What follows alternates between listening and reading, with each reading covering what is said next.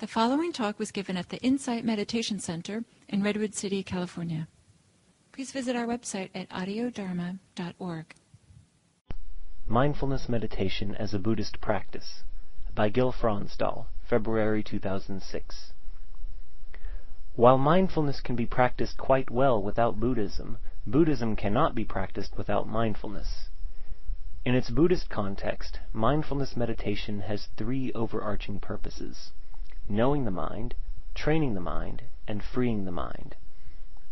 Knowing the mind. It is easy to spend an hour, a day, or even a lifetime so caught up with thoughts, concerns, and activities as to preclude understanding deeply what makes us operate the way we do. People can easily be clueless as to what motivates them, the nature of their reactions and feelings, and even at times what they are thinking about. The first step in mindfulness practice is to notice and take stock of who we are. What is going on in the body, in the mind, in our emotional life? What underlying dispositions are operating? This part of mindfulness practice is a simple process of discovery. It is not judging something as good or bad. Meditative discovery is supported by stillness. Whatever our degree of stillness, it acts as a backdrop to highlight what is going on. It doesn't take much stillness to notice a racing, agitated mind. Discovery means becoming familiar with what a racing mind is like instead of being critical of it. What is the mind itself like, and what is its effect on the body? What emotions are present? What thoughts and beliefs? The knowing aspect of mindfulness is deliberate and conscious. When you know something this way, not only do you know it, but also a presence of mind grows in which you clearly know that you know. It is like being one of two calm people in an unruly crowd. Neither of you gets caught up in the crowd's agitation, and a spark of recognition, maybe even a smile, passes between you as you share knowing that both of you are not caught. When the focus is on knowing, we make no attempt to try to change anything. For people who are always trying to make something happen, just observing the mind can be a radical change and a relief. Training the mind. The mind is not static. It is a process, or more accurately, a series of interacting processes. As such, the mind is malleable and pliable. It can be trained and shaped in new ways. An important part of Buddhist practice is taking responsibility for the dispositions and activities of our own mind so that it can operate in ways that are beneficial.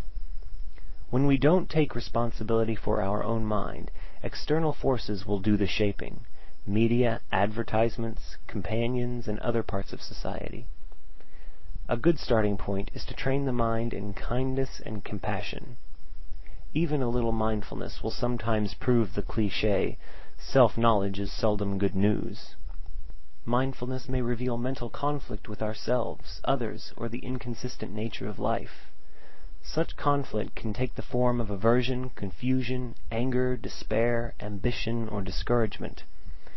Meeting conflict with further conflict will only add to our suffering. Instead, we can begin to explore how to be kinder, more forgiving, and spacious with ourselves. Sometimes how one makes effort in meditation can be counterproductive.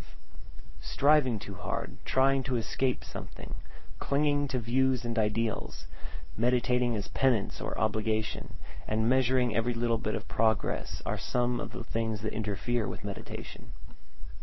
An antidote to this struggle is training the mind to be more at ease with how things are.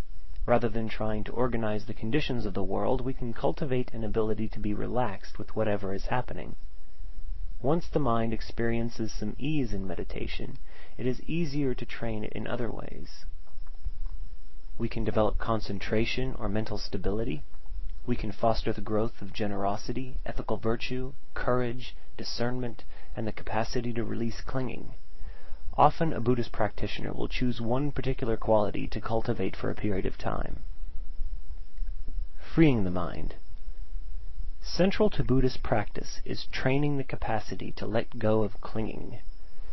Sooner or later, the first aspect of Buddhist meditation, knowing the mind, will reveal how and where clinging is present.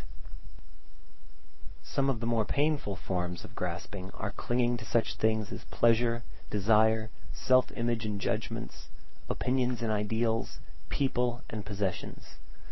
All clinging limits the mind's freedom and peace. The good news of Buddhism is that we can release clinging.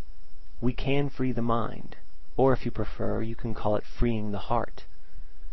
The ultimate aim of Buddhist practice is to liberate the heart so there are no barriers, shackles, or constrictions to our heart's freedom.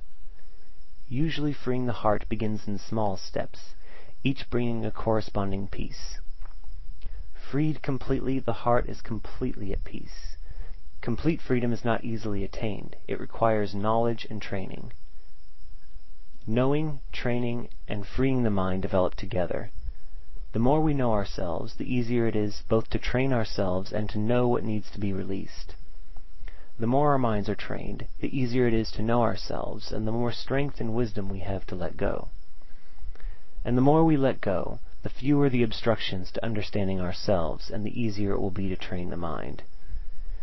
Few people care for their own minds as they do their own bodies, their clothes, or their possessions. Care of the body is a daily task. The mind, too, needs regular care, exercise, and training. With freedom from suffering is the goal, knowing, training, and freeing are the three Buddhist ways of caring for the mind.